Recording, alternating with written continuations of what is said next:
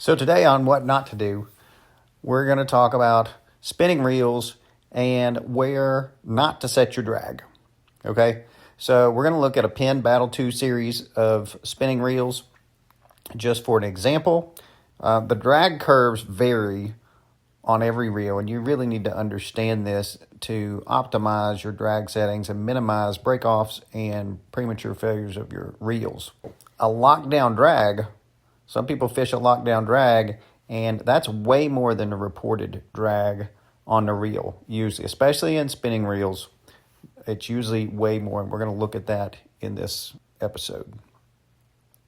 So first, let's take a look at the 4000 series.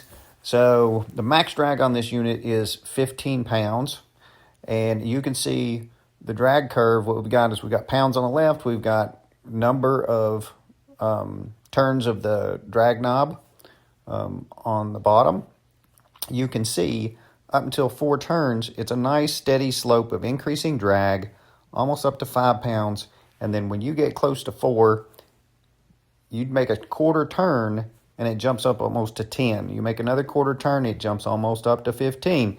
And keep making those turns, and less than 5 or about 5 turns, it goes all the way up to 20 pounds. So this is only rated to 15, but if you lock that drag down, it's about 22 pounds.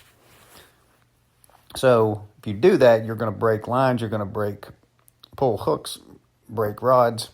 So what we show here, my recommended operating range for this reel is about 60% of the max drag setting, which is right here is going to be about 9 pounds.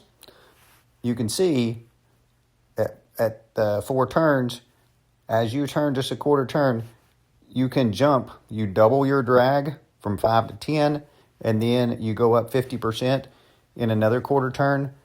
So depending where you are on that curve, if you're fighting a fish, then you can, if you just turn it a quarter turn, you've got to know where that is going to end up. Because if you do it at the wrong time, you could end up breaking that fish off. Or if you do it at the right time, if it's about to spool you, if the fish is making a long run and you're setting it, you started at 9 pounds, you may want to do a quarter turn off to relieve some of that pressure, because as the line goes out, your drag goes up because the spool diameter gets smaller. As the spool diameter gets smaller, the drag is proportional to the diameter of the spool. The drag's going to go up. So if they're going on a long run and you had an aggressive drag setting to begin with, you may want to back that down a little bit. If you start really low and you start increasing the drag, you better know exactly where you are on the curve and how many turns you can go. Otherwise, it will snap off in a heartbeat. So let's look at a slightly larger reel. If we go to the 6000, very much the same, except this slope is more consistent from almost 0 to 4 turns. It goes all the way up to the max without that. That's where it starts to turn really aggressive, with a quarter turn going from 25 up to 30 and 35. And you can see when this is locked down, this 25 pound rated reel locks down and it goes almost to 38 pounds of pressure. Once again, I've got the normal operating range where I'd like to fish this reel. Really not fishing this more than 15, maybe 16 pounds of drag on this reel, just for making sure that I don't put too much stress on the reel. And if we look at our final one today, we've got the 8000, and very much a similar curve.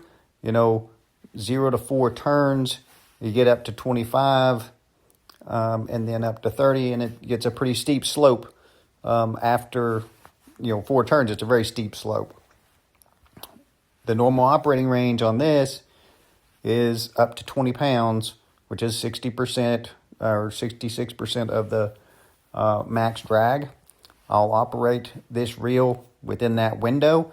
I don't want to go any more over that because I get into those areas where it could get to stick slip, I'm going to break that line prematurely, and all kinds of bad things happen.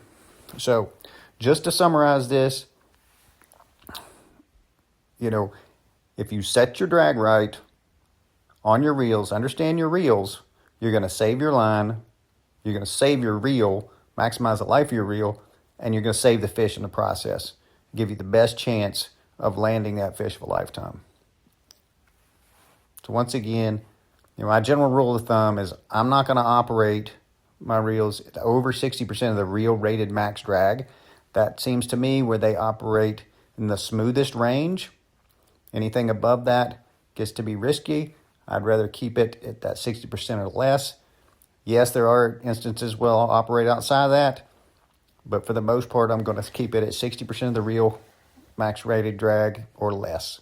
So I hope this was beneficial. If you want to learn more, follow us at Tug Fishing Gear on Instagram or visit us at tugfishinggear.com. Thanks, and tight lines.